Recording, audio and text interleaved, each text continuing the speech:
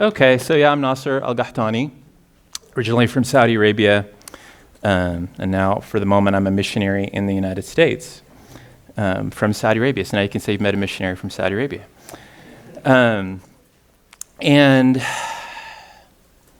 so we're going to talk about the Bible, and specifically the biblical story today. And I wanted to give some context around why is that important? Like, don't we all already know the Bible? Who feels like they already kind of know the Bible, like what the story of the Bible is? Well, that's not a lot of confidence. Like, I'm surprised. Like, in the Middle East, like, nobody has, like, do you know, like, how valuable this is?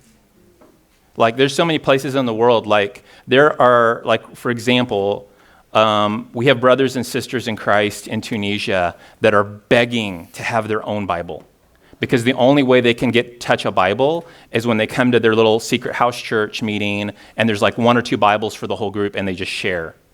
But all what they wouldn't give to have their own Bible, like they're so hungry for it. But here I always assume, like, well, everybody's got Bibles, and we got Bibles everywhere. I got 2 Bibles that I brought with me today.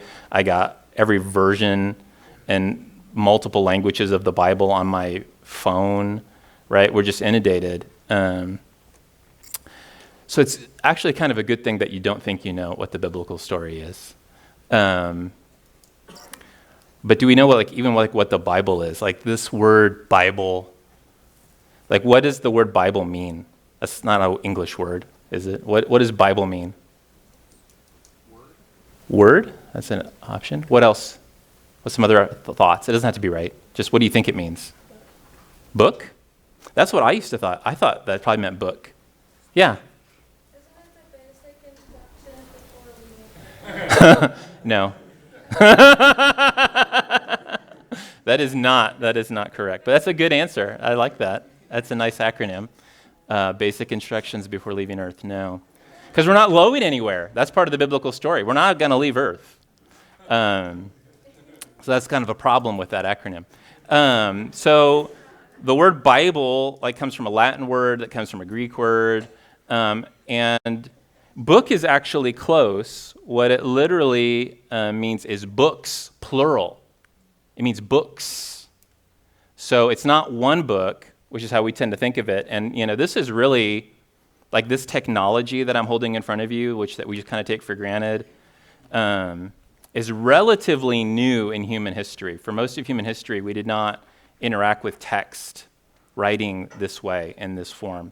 It used to be tablets or scrolls were the best thing, and you'd have multiple scrolls.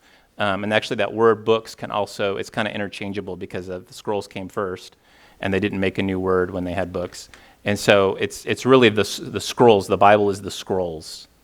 So it's this collection of scrolls. And that's helpful to know when we're thinking about the Bible, because it's not just, even though it's a unified collection, in the same way that, like, your playlist, your favorite playlist is one thing, but it's not one song, hopefully. Hopefully you have more varied interests than just have one song on your playlist. That'd be kind of boring. It's a collection of smaller things that are the same type of thing, but they're not necessarily like from one song to another. Like, I don't know what your playlists look like, but maybe you could have some real variety in the kinds of music that would be on your playlist, right? Maybe have some, like, I don't know, some country music and some rock music. Maybe not. But maybe a better analogy would be, like, I don't know how many of you have ever been to, like, a museum. Has anyone ever been to a museum? Oh, thank God. Some people. Like, I don't know today, like, if people even know what a museum is. Museums are wonderful places. Like, you can learn so much, and it's so cool because it's tangible. It's like history made tangible. It's not just text in a book. Like, you can see stuff and maybe sometimes touch stuff, or at least get close enough, to, like, imagine what touching that would be like. And, like, it's just so amazing. And so I've always, since I was really little, been interested in ancient Egypt. I don't know why. It's just always drawn me. Whenever I go to a museum, like a good museum, I want to go to, like, the ancient Egypt section. I just want to spend all day in there. Now, if you go to the ancient Egypt section, like, what do you think you're going to find there? You're going to find mummies, right? But that's not it. Like it could be, like you could go to an exhibit and it could just be a bunch of mummies or sarcophagi, those coffins they put them in. But that actually wouldn't tell you everything about, like, because the point of an exhibit is to kind of help you understand this ancient culture and place that you're so far removed from. And so you can't go back there.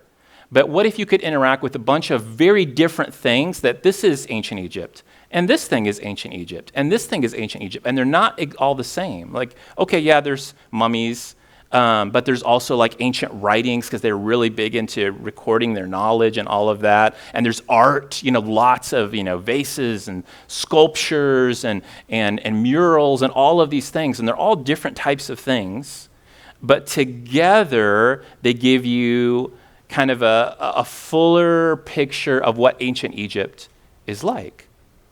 And that, I think, is a good metaphor for what the Bible is doing, because the Bible is a collection of scrolls, but they're not all the same kind of scroll or the same kind of writing.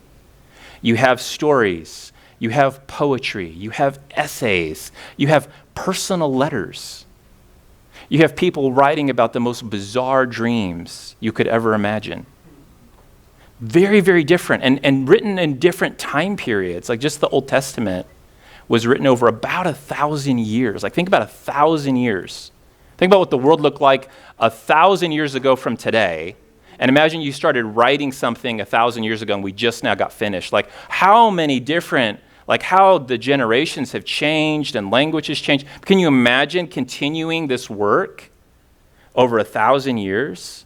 So huge variety and like maybe some language style and as they invented different structures of like, let's do poetry this way now, and like so different. So what's the unifying thing? Like the unifying thing, if I go to an ancient Egypt exhibit, is it's all about ancient Egypt. Like it's telling me the story of this is what ancient Egypt was like. What is the Bible? All these different books, like what? If you were to sum up the whole story of the Bible in 3 sentences, how would you sum it up? You ever tried to explain the Bible in 3 sentences? It's good. It's a good exercise to think about that. Like if you were to bump into a stranger on the street, they have no idea you have your Bible, and they're like, "What's that?" Well, it's a book. Well, it's a bunch of books. Like you don't have time to tell them everything I just said. Like how are you? Like, well, what is it about? How would you sum it up quickly? Like the person's not going to sit there and listen to a lecture about the Bible. How would you sum up this book in 3 sentences? Death, resurrection, and forgiveness. Death, resurrection, and forgiveness. That's interesting. It's interesting that you'd begin with death. Is the beginning about death, and the middle about resurrection, and the end about forgiveness. So you have to kind of like analyze it. Is that those things are in the Bible, but is that really the storyline? Is that the plot? So here's like my best shot at it. Like, this is not saying this is the right way, but creation is good. We broke it. God is putting it back together. That's my best shot at it. And I come to that because I've spent a lot of time soaking and thinking about the beginning of the story. And so how the Bible works, like it's not just like all these books and they're just kind of thrown in random order in your Bible. There has been some switching of the order over the centuries that I'm not a fan of, but that's okay.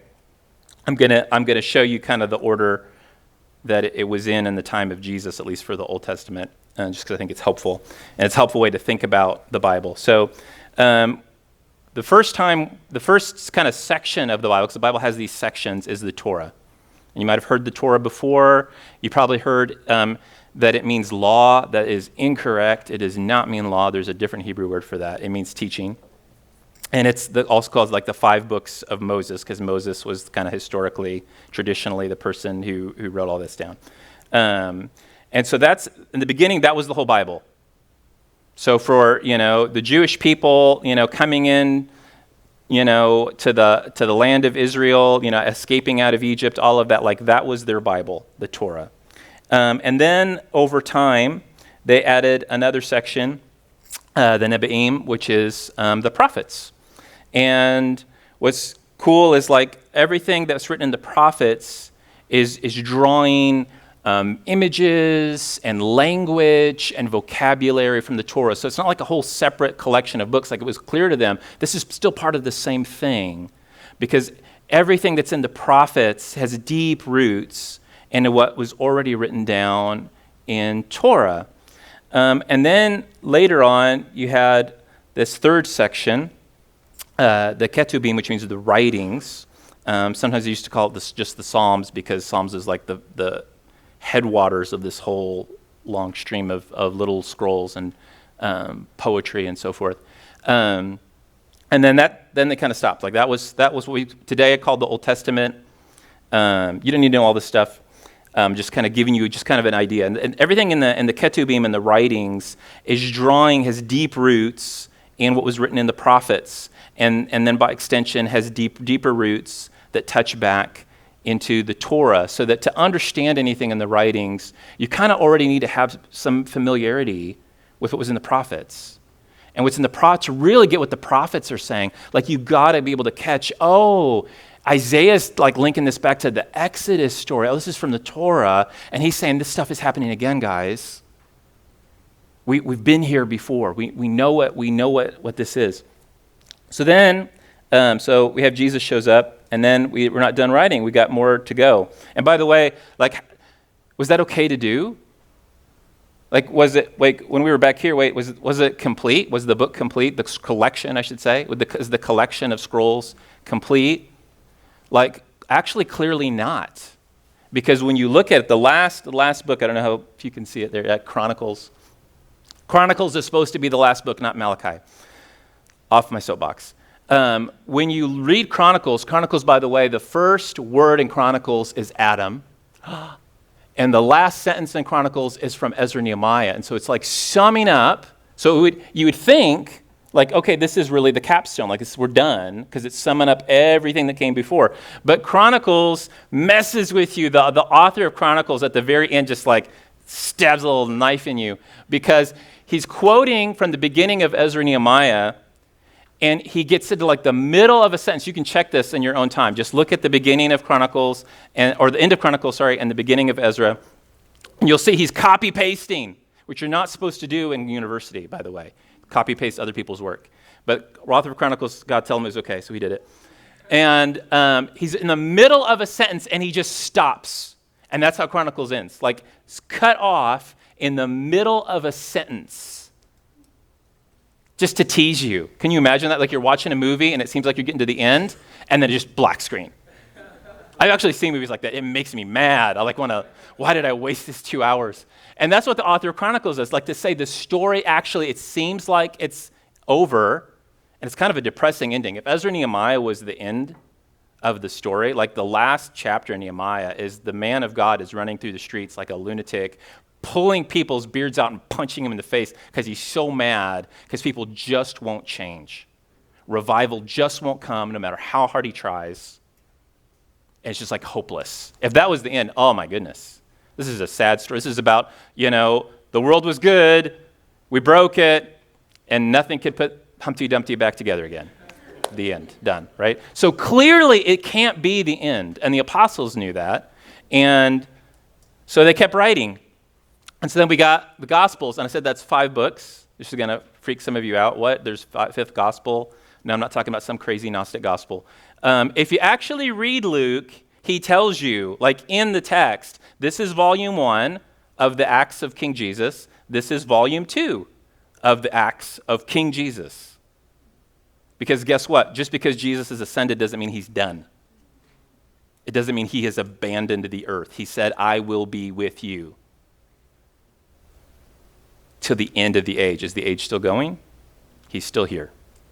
He's still with us in some way. So Luke has 2 volumes. That's why I say it's 5 books, which is kind of cool because it started with 5 books in the Old Testament. Anyway. And then we have like this big, this is like the bulk of your New Testament are all of these epistles, these letters. And most of them are written to churches. Some of them are written to people. But before I go on, so these Gospels, Like, is what we've seen, like, the flow still going? Like, can I just read the Gospels and not know anything above that line and, like, totally get what's going on? A lot of Christians think they can, and they would be wrong. When I was a new believer, coming out of Islam, and people told me, well, just read the Gospels and you understand Christianity. I read the Gospels. It's like, that's so much of this stuff does not make any sense to me. What is going on? Why this, why that, why that? And I didn't find the whys to, like, all these things that Jesus does and how this plan of salvation involves death and resurrection. Like, how does death bring forgiveness? That made no sense to me, just to be honest with you guys, until I read the Old Testament and I saw story after story after story that was teaching me about the relationship between death and resurrection and forgiveness and God being in that. And so these apostles, they knew, like, once you know the Old Testament and then you start reading the Gospels, you realize all four of these Gospel writers, they knew their Old Testament backwards and forwards. And they're, like, connecting stuff all over the place from the writings and the prophets and the teaching, and they're weaving it all together and showing how Jesus is the fulfillment of everything. And then you got this big section of the epistles. And the problem for most of us is this is like the section of the Bible that we are the most familiar with. And we don't know as much about the rest of it, including the Gospels. Like, I'm surprised sometimes. Like, a lot of people don't.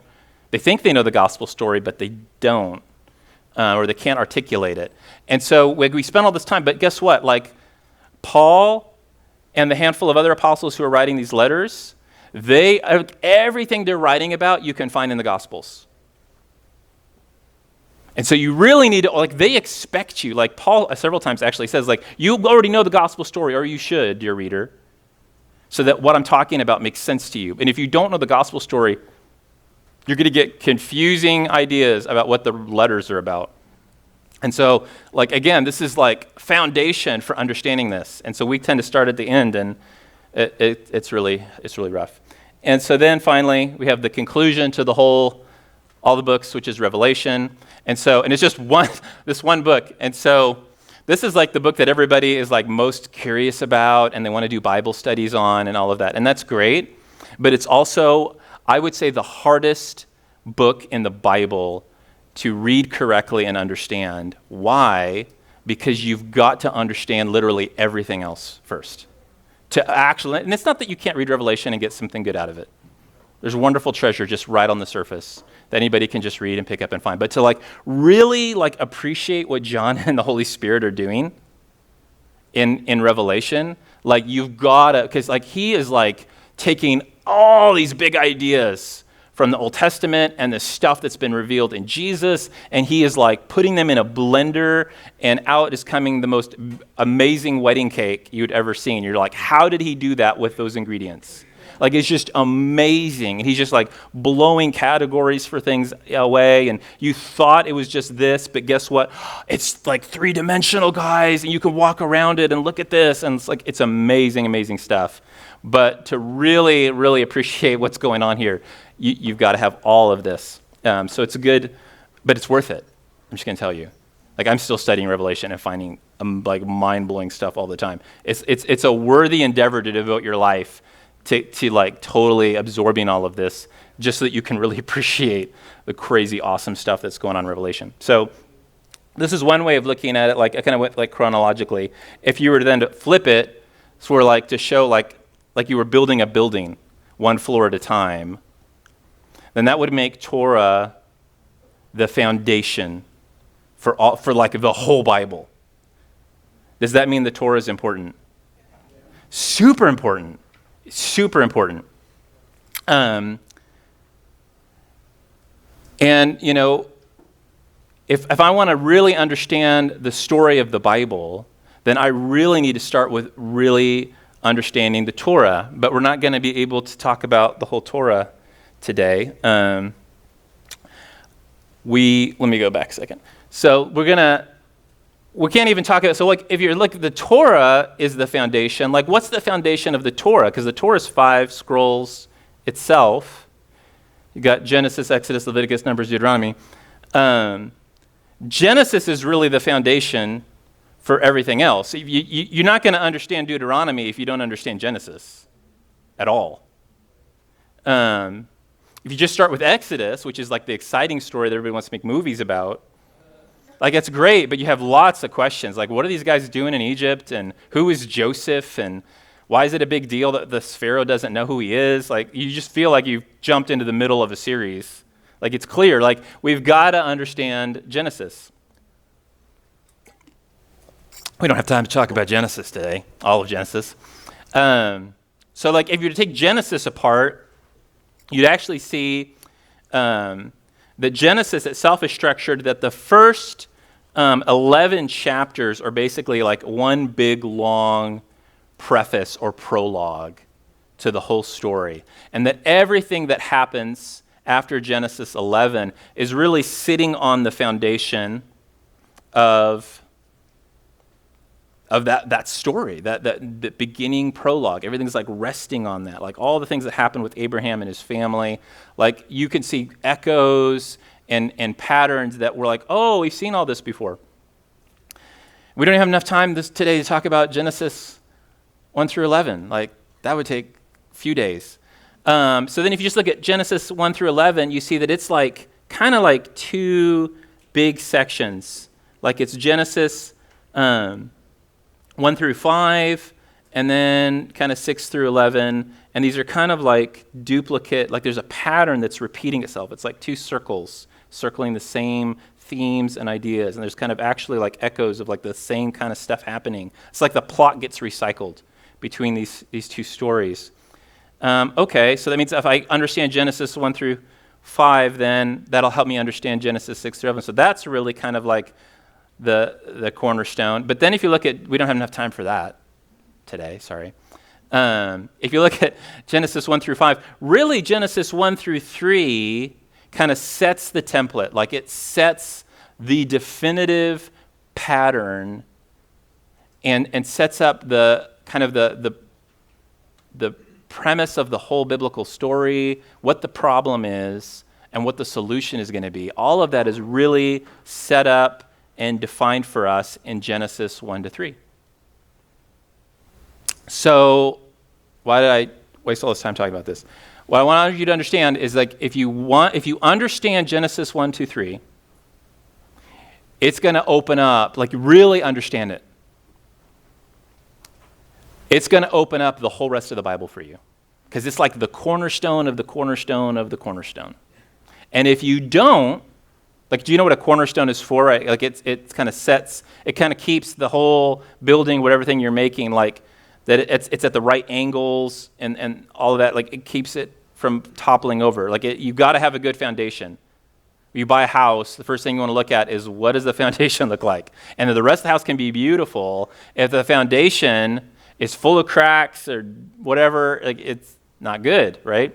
And so we have to get the foundation right. And the problem for a lot of us that we didn't grow up learning this stuff or we don't spend a lot of time in Torah, like we have an idea of what the beginning is and what sort of the premise of the biblical story is, but it's not quite right. It's a little bit off. And so then that colors everything about the whole rest of the Bible. It shapes how you see God, who he is, like what his character is really like. It shapes how you see yourself, like what am I?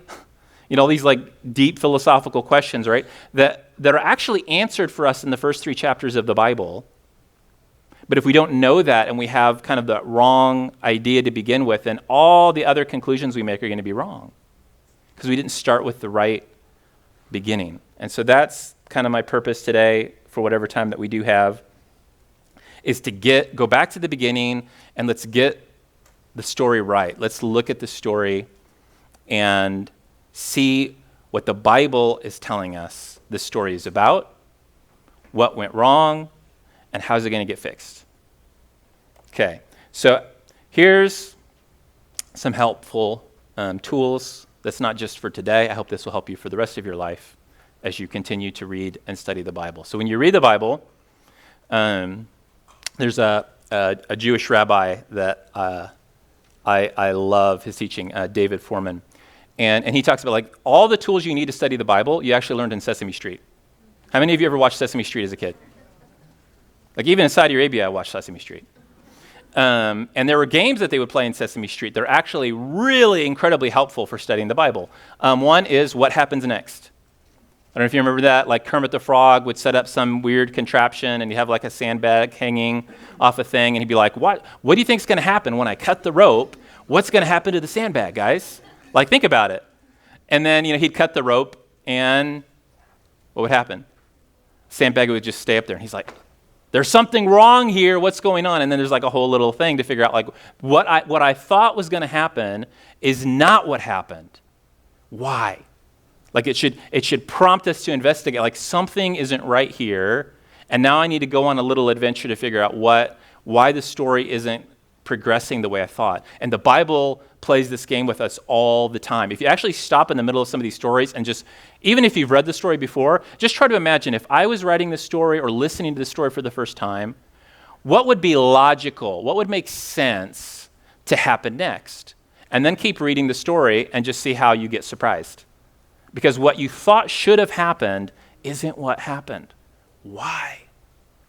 It's trying to make you think. Another one is, which of these is not like the other? Do you remember that game? Like, show you 4 things, and like maybe 3 of them is like a chicken, and the 4th one's a lizard, And sometimes the Bible will do that. It'll present us a collection of things and say, hey, here's a collection of things that are all the same. And you're like, wait a second, one of these things is not the same. Why? What's that lizard doing there? And again, you have to go on this little, like, where did the lizard come from? And why is that? And all of these things, these questions, as you ask these questions while you're reading the Bible, they will actually train you to ask the right questions from the text. Because too often we read the Bible, and we all have questions when we read the Bible. I have questions when I read the Bible. But the question is, are the questions I'm asking, are they the right kinds of questions? Because the Bible's not going to answer all your questions. It's just not. It wasn't written that way. But it was written to answer specific questions. So how can I ask the right questions and get the right answers that the Bible was written to give me? And then the last is, this is one of my favorites. Where have I read this before? Where have I seen this before? The Bible plays this constantly. Like on the very first page, we're going to see this. Where you're reading something that's like, well, that's an interesting way to phrase that. I know for a fact, like the Bible just said that right over here. What is going on? And this is the reason the Bible is written this way, and a lot of people don't understand this is very intentional, and it is to provoke a line of thinking in you, like to start comparing these things that seem similar because of the language that maybe on the surface don't seem like they go together, and now you start putting them side by side and looking into one, the other, looking into one, the other, and you're like, whoa, there is something connecting these two things. And when I look at these things together and not just independently, it's like stereo vision, or it's like the fact that we can see in 3D is because biologically we have 2 eyeballs that are not in the same place. They're just spaced enough that we're getting 2 different images that our brain is bringing together, and that creates depth, field of vision that we can see in 3 dimensions. Like you need to have 2 perspectives coming together. And the Bible does this like crazy, and not even just 2, sometimes 8, 10, 12 different perspectives on the same thing that is making incredible depth, bringing incredible depth to what seems on the surface like a really simple story. Like does it ever, and we just think, oh, the Bible's boring, it's just repeating the same stuff over. I just read this, why is it doing this stuff again? Like why? And it's actually because it's brilliant. It's not because the biblical authors didn't have a high vocabulary. They actually are very selective with their vocabulary. It's crazy to me how much self-discipline the writer of the Torah has, that they wait. There's so many opportunities they could have used the word salvation in the story. They didn't use it anywhere in Genesis. They waited all the way through the first third of Exodus before finally, this is the right time I'm going to deploy this new word I'm putting in your vocabulary, salvation. And it's right at the moment where the Israelites are trapped between the sea, which is death, and the armies of Egypt, which is death and slavery. There's no way out, no way to go. And Moses says, here's what you got to do, guys. Nothing. Be quiet and watch the salvation of Yahweh your God that he is going to work for you today. He is going to open the way through death, through the sea, through death. And all you have to do is step out in faith onto this path, onto this way that he's making for you. He waited till that moment so that then forever, when you read the Bible and you see the word salvation, you know, like 2,000 years ago, people reading their Bible, they see the word salvation, and they can't help it. They always will remember the first time they saw that word. When they were little children learning the Bible, the first time they got their new vocabulary word, salvation, it's framed and defined by this story at the Red Sea. Forever, like they just can't help it. That's what the word salvation means. Just like when I say, Luke, I am your father. You can't help it. You're imagining Darth Vader. Like you're ruined. I can't say that and you think of anything else. Right? And the same way, like this is what they're doing. They're selective with their vocabulary. And they reuse words to draw you back to other stories and to put these stories next to each other or sometimes far apart from each other, but the language is connecting them. And putting them together, you see things, you're just like, whoa. And this is part of how, like, isn't it weird too that so many of the stories in the Bible are actually very short, like stories you wouldn't think would be short. Like the Tower of Babel. Like it's like 11 or 12 sentences. Like think about that. This huge, like that whole Tower of Babel story, and this is like the origin of all the nations and languages and all of this. Like if you were going to write that story down, let's say you were an eyewitness. You were part of the Babel building project, and all this stuff happened, and you're on your way back, and you're just like, man, what am I going to tell my grandkids about this? I'm going to write this down. Like this is a crazy thing. Like here's 10, 11, 12 sentences. They're done. Right? Like, no, I wouldn't write a book on that. But what in the world? But the author of Genesis knows that because of the structure and reusing words, and because I can play this game with my readers, I can use words in that Tower of Babel story that only appear in this other story over here. And so now my readers can read these two stories together and like, oh, if these two stories are connected, then that adds so much more depth to this. Like, it gets just so brilliant. Like it's a way to communicate maximum information with minimum word count. Like it's brilliant, brilliant, brilliant, brilliant. So all this stuff is at play in Genesis 1-3, and we'll see some of it.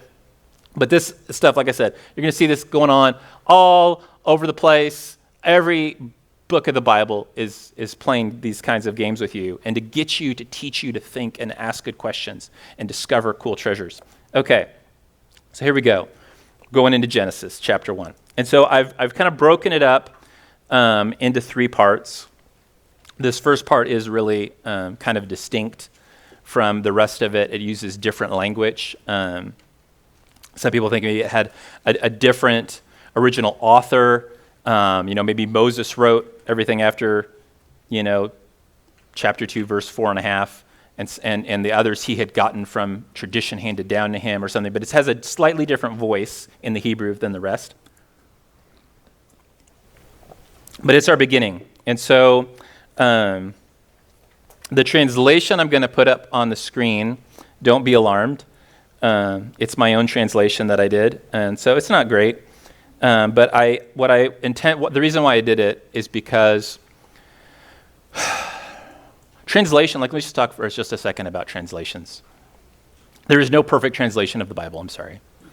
Whatever your favorite English translation of the Bible, like it has problems, whatever it is. My favorite right now is the ESV. It's got some problems. It's not perfect. Translation is hard work, especially when you're translating from two languages that just imagine concepts differently. You have a word in this language that can mean these 5 things, but in this language, well, there's a word that means 2 of those 5, and there's a different word that means the other 3. So which word do I use? Like it's tricky. It's really tricky. If I had to do it for a living, I'd probably go nuts, like trying to do it perfectly. And then the other part of it is, like, when translators translate, like they have so much respect for the Bible, and they want people to enjoy the experience of reading the Bible. And so they want to make the language kind of flow. And so there's so many translations in English that just seem to be about making the Bible sound pretty. And that's such a sweet idea. And it is so misguided. The reason is that when you look at it in the Hebrew, there are problems sometimes in the language. Like things aren't always worded quite correct. Sometimes the grammar seems off in a sentence. And what translators try to do is try to fix that. Because if we translated that, it sound like this was written by a 12-year-old. Like, we can't have that. This is the Bible. And so we're going to clean that up. We're going to fix those problems. But something that the rabbis have long noticed as they studied their Bible is these authors, like, they're brilliant writers. They're not making grammar mistakes or, using words out of order because, they're 12 years old. They're doing that intentionally. They're putting stumbling blocks in the story as you're reading it out loud that you're like, oh, that was a weird phrase. And it's kind of a clue, like, go back and look at that again. There's some information there that you might just skip right over. But I want you to stumble to go back and look at what you just stumbled over. There's some treasure buried there. It's like a little X, marks the spot on the path. And I'll put a little stone there so you trip over it when you find it. And we've smoothed those stones out in most of our translations, and so it's a lot harder to find. If you don't want to learn Hebrew, and I can't imagine why you wouldn't, it's not that hard. What you can do is you can get a bunch of different English translations and compare them. Now, don't take something like the Message or the Passion where they're paraphrasing, because it's going to be totally different. But trying to find like an NIV and maybe an ESV and maybe a New King James, whatever, and put them side by side and notice where they translate stuff like wildly differently. Like, well, this guy uses this word, and this guy's, and like these two words are semi-related, but they're not the same thing. That's usually a key. There's something weird happening in the language, in the Hebrew, and they struggle to know how to smooth it over. So that's like your clue that there's a bump there. And you can do this a lot easier now than ever before. You can go on Bible Hub or Bible Gateway or whatever your favorite online Bible is, and you can do show me all the translations, at the same time, verse by verse, and go through. And you can kind of read that way and kind of compare when you're doing a study and find this stuff. So there we go. So some of the language is weird. Some of my word choice is going to be weird. I'm just telling you, it's intentional because I'm trying to preserve the beautiful weirdness that's happening in the Hebrew. Okay, here we go. And some of this are like, this is really weird. I'm sorry. So here we go. In the beginning. That's a great way to start the text. In the beginning, God fattened the sky and the land. That's not what my Bible says. Well, because that's a really weird way to start your book. So what he really means is he created, because it's about creating. But see, the word in the Hebrew, there's a really unusual word, bara. And what it really means, if you break down the etymology of the word, or where the word, the root of the word comes from, it's a word that's about making things fat. So, that's really what it means. And so, but what does that mean that God fattened something? Well, what does it mean to fatten something? If you want to fatten a cow, we live in Kansas, we should understand this. How do I make a cow really fat so that I can get the best ribeye out of it? If you drive around Kansas, you'll see how we do it. What do? You feed it. What do you feed it? Milo. There you go. You feed it the best, the richest kind of food. Grass-fed, that's great. It's a nice flavor or whatever. But if you want to have a really fat, cows aren't going to get fat eating grass. They're just not. But if you feed them the right kind of grains and you just stuff them with that delicious calories, they're going to balloon up, right? You fill them with good things, with something that's good, and they get fat. Now, we have a weird relationship with the word fat in Western culture. We think that's a bad thing. But imagine when this was written, 3,500 years ago, roughly. We didn't have McDonald's and all those other things. So there probably weren't a lot of, there wasn't an obesity problem or anything like that. If you were fat in those days, we wouldn't even probably call that, we'd probably call that normal, healthy. What they would call it. Most people, average people, were skinny, like skin and bone, just getting enough to survive, nourishment-wise. If you are bigger than that, that means like you were well taken care of, and you were fat. Fat was good. I want to be fat. Fat means I'm cared for. I have everything I need and more. I have abundance. So fat is a good word. It's not a bad word. So God fattening the sky and the land is God's doing something really nice.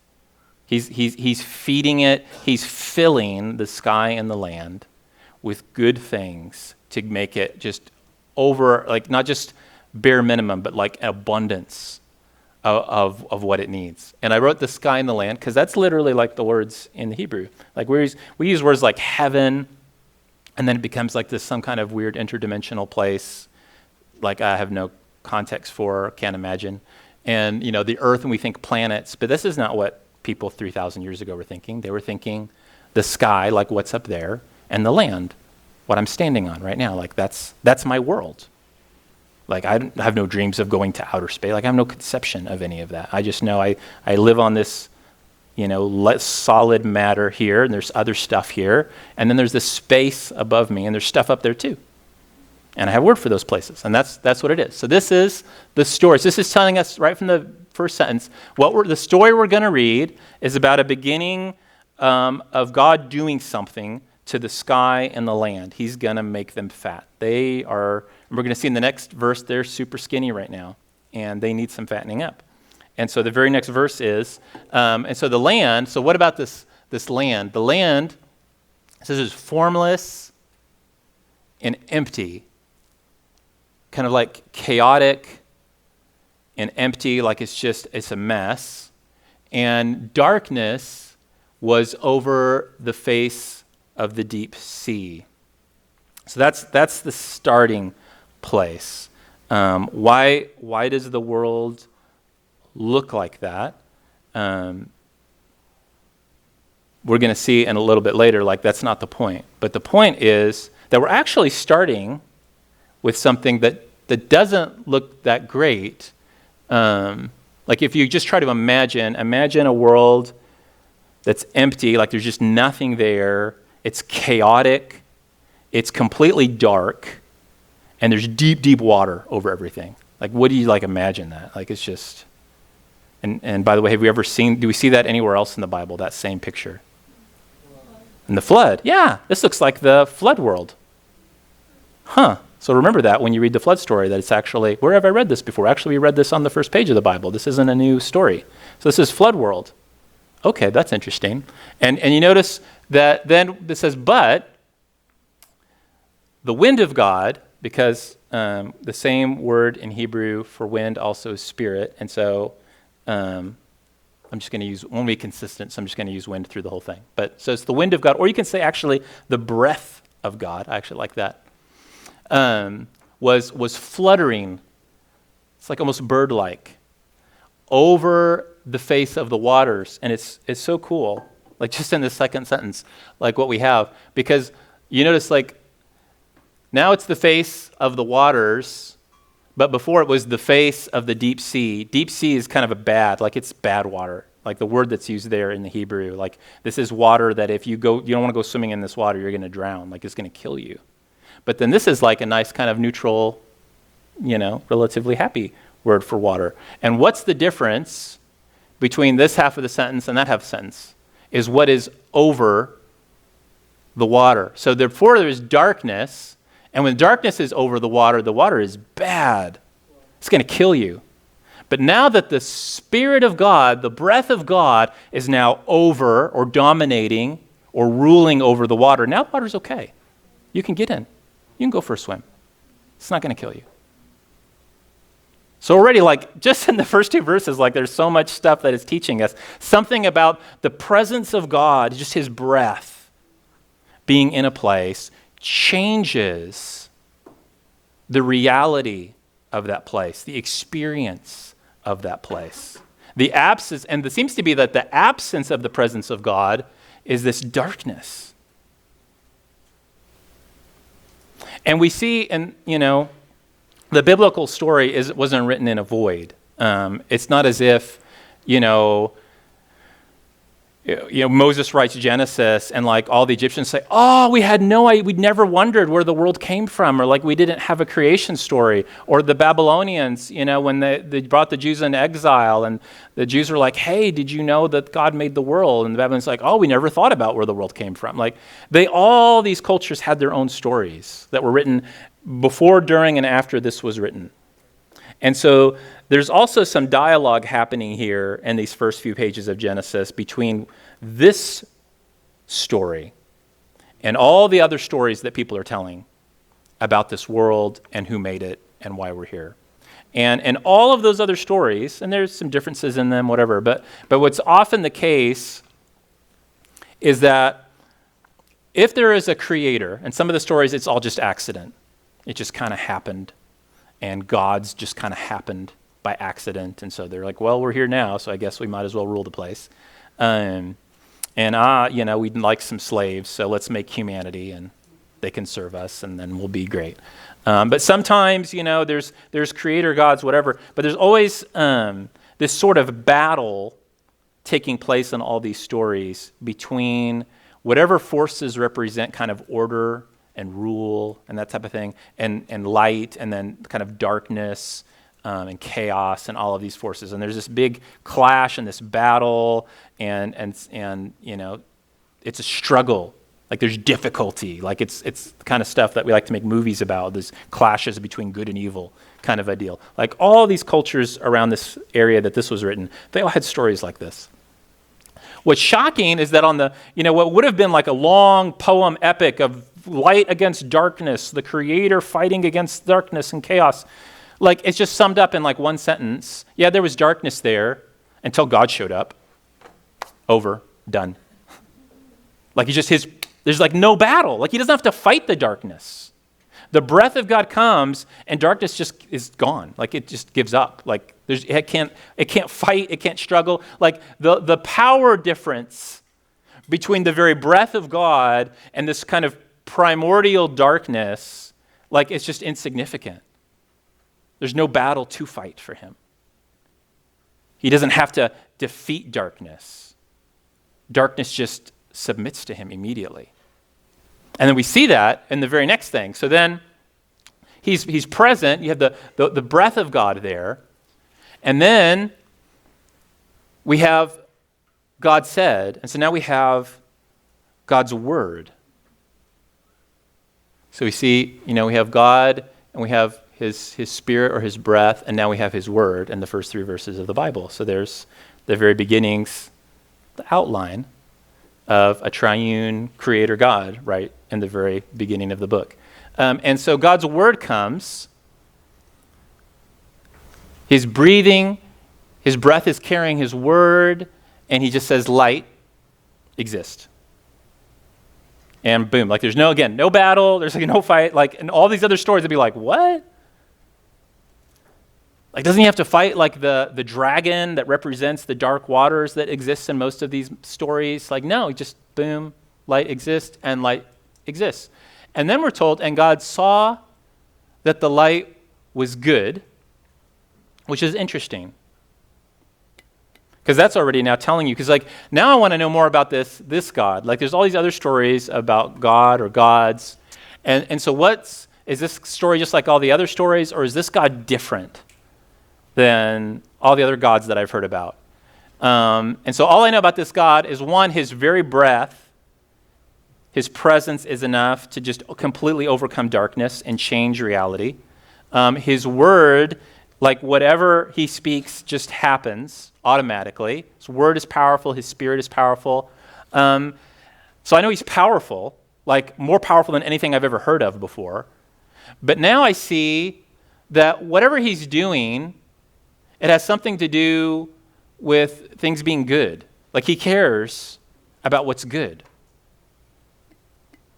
Which is interesting because, again, in all these other stories, you have a lot of ways to describe, the Egyptian gods or the Babylonian gods. You might not say that they're good and mean it. Like you might say they're good just to kind of flatter them. But when you read stories about them, they don't seem that nice. Like they're constantly backstabbing each other and, treating humans terribly. And all of that type of stuff. But this God, what the things that he's doing, he's evaluating what he's making, it's to see if they're good or not. And when he's good, he calls it out. He calls out what's good. That's interesting about him. And then it says that he then separated the light from the darkness. And I can hardly imagine what light and darkness unseparated from one another even looks like, let alone how I would do it. But he just does it. Like there's no magic quest. He has to get the special sword that can cleave between, light and darkness to separate them. Like all these other stories would have something like that. He just does it separated. And as he separates them now, he gives them names, and he calls the light day and the darkness night. And so now here's another kind of Hebrewism. In ancient, like in Eastern culture, when you name something, that is an act of taking authority over it. You can't name something that doesn't belong to you, that you don't have authority over. I can't tell Bruce, like, now you're going to be Travis. Like, you'd be like, okay, whatever, dude. I'm still Bruce, right? But my daughter Sophia, I named her. Named her even before she was born. Why am I allowed to do that? Why is that okay? Because as her parent, I have a measure of authority over her. And so I can give her a name. And our other daughter, whose name was Mary Alice, when she became an adult, and now, I don't have that same authority over her. She's now a equal human on the face of the earth with me. She decided to change her name to Alice Collette. And she could totally do that. And I can't do it because I don't have authority over her. I can't say, well, you can't change your name. I want your name to be this. Like, she can do that because now she's taken authority for her own identity and her own life. And that's totally normal. And that's whenever you see people being named or people having their names changed by someone, whoever can give you a name and it sticks, that's the person that has authority over you. And so he doesn't just create light. He doesn't just separate light from darkness. He has authority over both of these things. Whatever that means, what does it mean to have authority over light? But he does. Whatever that means, he does. He has authority over it. And then we're told, now that we've got day and night, now we can have evening and morning, which is the first day. And you notice, is there something weird about that for Western lit people? It starts at night. So in the sort of the biblical clock, what we would think of here, midnight, right, is where the date changes. So it's kind of in the middle of the night. In this way of thinking, that would have the date changes when the sun goes down. And just think about psychologically what that means. So a day begins with darkness, period of darkness, but then there's a sunrise and light for the whole rest of the day. And when the light is gone, it's a new day. It's not the same day, which sort of already is kind of mimicking what we've just seen, in these first few verses. This reminder of that light. The day begins with darkness, but ends with light. That's almost telling a story in itself. It begins with something that's dark, but in the end, there's something that light is birthed, and there's light, and now you can do things. And what can you do? Actually, also, the day begins with, you can't really do much at night, especially 3,000 years ago. You don't have street lamps and all of that, and, firelight doesn't go that far. So really, it begins with inactivity and rest. That's really all you can do at night in most places, without technology. And then comes activity and work and relationships and all of these things. Okay, so that's the first day. And by the way, that's, it's sort of weird to me. In Middle East, I just had to explain this to somebody. This is still what we call the days of the week, by the way. So in Arabic, Sunday is called first day. Monday is called second day, third day, fourth day, fifth day, sixth day, seventh day, or seventh is what we still call the days of the week. And same as in Hebrew, right? But, yeah. So that's how, this is like actually the name of the day. Like it literally isn't just saying, how this was day one of creation. It's literally saying, and this is the name of this day. And we'll continue to use that. Okay, but we're not done yet. So then it said, and God said, already, like we just had this, and God said, right? So I'm wondering from back here, like this is almost like I think I've heard this before, game playing. Let there be a canopy in the midst of the waters, and let it separate the waters from the waters. And so God fashioned the canopy, and he separated the waters that were under the canopy from the waters that were above the canopy, and it was so. And he called the canopy, again taking authority over it, sky. Oh, okay. Because like, what's this canopy thing? So what is this describing? So we have this water world that's dark. And so now it's not just dark. Now there's light and darkness, and they've been separated and, defined from one another. But it's still water world. And like it's water from top to bottom, guys. It's just all water. And so he starts by then separating waters that are below sky, or the visual language is like a canopy or like a tent, and the waters that are above the sky. Now, what are these waters that are above the sky? Clouds. Yeah, that's just clouds, because ancient people it's like it's raining right now. Where is that water coming from? There must be water up there. There must be holes in the canopy and water's leaking on us right now. Right? Because it's raining. So where did that water come from? It didn't just come out of nothing. So there's clearly water up there. How did the water get up there? God put it up there. He separated it. And there was evening and there was morning. I've seen that phrase again before. And God has authority over the sky, by the way. That's important.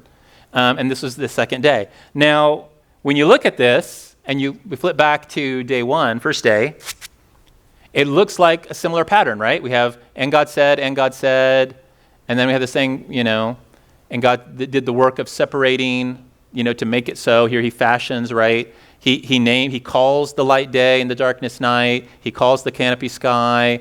There's evening and morning, and then, an increase, right? An evening and morning. But there's one thing missing from this story that we have back here.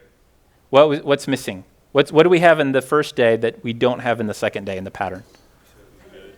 Right. That line is missing. Do you think that was intentional? Or do you think Moses just forgot that the sky was good? It's totally intentional. And see, this is already where we were playing that where have I seen this before game. And if we're playing it, then we ask the question, why is the light good? And you notice there's actually two things at play here. You have light and darkness. He doesn't call darkness good. He only calls light good in this story. And then when we go over here, he doesn't call the sky good. Why? That means that's a question we should be asking. What about sky doesn't make it good? But light is good. So what becomes helpful is when we talk about good or not good, it's probably we need to define, like, is pizza good? It depends on who you ask, right? What do you mean by good? Good for who? Like, what's the criteria? Like, how are you deciding? So God apparently has some criteria. He has something in mind when he calls something good. And it's not just, well, everything he makes is good. Well, sure, in a sense, yes. But what he's choosing in this story to call out specifically as good, there's some kind of criteria that he's employing here. Now, so far in the story, maybe we can't tell yet what it is, and we need to keep reading. But this is our first clue that God's not just making stuff to make stuff. He has an agenda. He has a purpose. And as he's adding each piece, each building block to this creation he's building, he's calling out specific things and saying, no, this part of it, like, this is really good. This part, I kind of need it there. but this isn't the point. This isn't the point of why I'm making this. So whatever God is doing, the point, whatever the purpose the sky serves, that's not the point for what he's doing. It's like a prerequisite for something else. He needs this because of something else that's coming that is good. The sky by itself, though, not super helpful. And let's think about what our world looks like now. Now we have water world, except there's some breathable air in it. It's not just water to the roof. There's some light now, and the light that's really good that there's light now, light and darkness, but it's just water world with open sky and clouds above it. And that picture, he's like, not there yet. That's not quite good enough. So then we go to the next day. And God said, let the waters under the sky be gathered together into one place, and let the dry ground appear. And it was so. And God called the dry ground land. And the waters that were gathered together, he called seas. So he's got authority over land, sea, and sky. That's great. In most mythologies, like there's a separate God for all those things, and they're fighting each other all the time. Like in the Greeks, that's where you have Zeus and Poseidon and Hades, the three brothers. But this God has authority over all of it. There's no partners. There's nobody else that he has to fight for control over any of this stuff. He has full authority over all of it. And God saw that it was good. Oh, so now we're back to calling things good again. So there's something about, so now at this point, just at this point right here, now the only difference between this state of the world and the previous state is now there's some dry ground, really. Because before it was all a water world. Okay, well now I have dry ground, and there's still ground that's not dry, that's sea. But now that there's some dry ground on this real estate, this is a good thing. So now this is another clue. What is his agenda here? Good for what? Good for who? And then, then what would we expect after that? What happens next? Let's pretend you don't know any of this. What happens next? If you've, look back here, right? For a second. Okay, so we got, it was good, and then what? What comes next? You know this, we've seen it. Day and night. Right, and then there was evening and morning, right? That's what we would expect what happens next. And then we get shocked, and he speaks again, but he already did a God said. Now we're getting two God saids on day 3. See the game? It's teaching us. The first chapter of the Bible is teaching us how to read the whole rest of the book by playing these Sesame Street games with us. Really. And so he says, so then he speaks again. We get a double word on day 3. Interesting. And it says, let the land sprout vegetation, plants yielding seed, and fruit trees bearing fruit which is in their seed, each according to its kind on the land. And it was so. And the land brought the vegetation, plants yielding seed according to their own kinds, and trees bearing fruit, which is in, how many times seed is that a lot? Does the author really need to keep using the word seed? Is it necessary over and over and over again? Seed, like to drill something into you? There's something going on here about, that's intentional. When you see these kinds of patterns, like a word, call that a lead word, where it's just clubbing you over the head with the same word over and over and over again. It's not because he doesn't have any other vocabulary. He doesn't have to keep saying seed. He keeps saying seed because he wants you to notice. They keep saying seed. There's something about day 3 and seed. There's a connection, something about this third day and seed that he wants to get into our mind. And God saw that it was good. And there was evening and morning the third day. It's almost like he packed 2 days worth of stuff into this third day. There's something special about the third day that he's trying to really get home. There's a double blessing, a double portion of the word of God. And it's something about seed. And what happens with seed? How does seeds work? They got to put them in the ground. What did Jesus say about seed? Unless this grain of wheat falls to the ground and dies, it remains alone. But if it does, it bears fruit. There's something weird with day 3 in that. I don't know what it is yet. Because I'm just starting out reading the Bible. So this is the beginning of the story. I don't know where it's going to go. But I can tell that the author really wants to make that connection in my brain between the third day and seed and all of that. And this is good too, by the way. So not like having some land on this planet, on this creation is good. And also having fruit-bearing vegetation is also good. Again, these are more data points for us. This is more clues. Yes, Matthew? 5 minutes. Okay, great. I thought I was going to get 7 days. So here we go. And then God said, let there be lights in the canopy of the sky to separate the day from the night, and let them be for signs and for appointed times and for days and years, and let them be lights in the canopy of the sky to give light upon the land. And it was so. And God fashioned these two great lights, the greater to rule the day, the lesser to rule the night, and the stars. And he set them in the canopy of the sky to give light on the land and to rule over day and over the night and to separate light from darkness.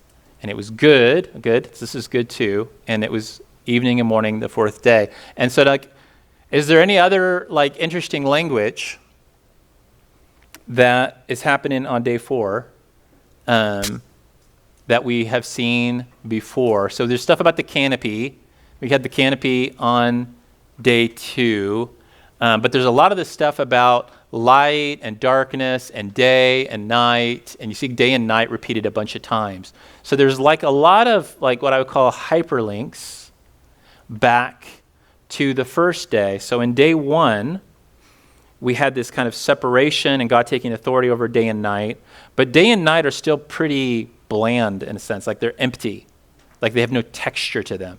But now God seems to be filling both the day with this greater light and the night with a lesser light and stars, that like filling up this kind of empty space around this creation that's even beyond the sky, beyond the waters above the sky, like way out there. Because you can tell, you know, if you go out on a cloudy day, like you can tell that wherever the sun is, it's not under the clouds.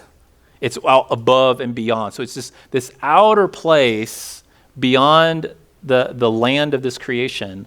And God has now filled that space. So this seems like something new. Before he seemed to be separating things in these first 3 days. And now on day 4, we're seeing the beginning of something a little different. He's not so much he didn't make the sky. He didn't make light and dark, but he's putting things in that space to fill them. He's filling.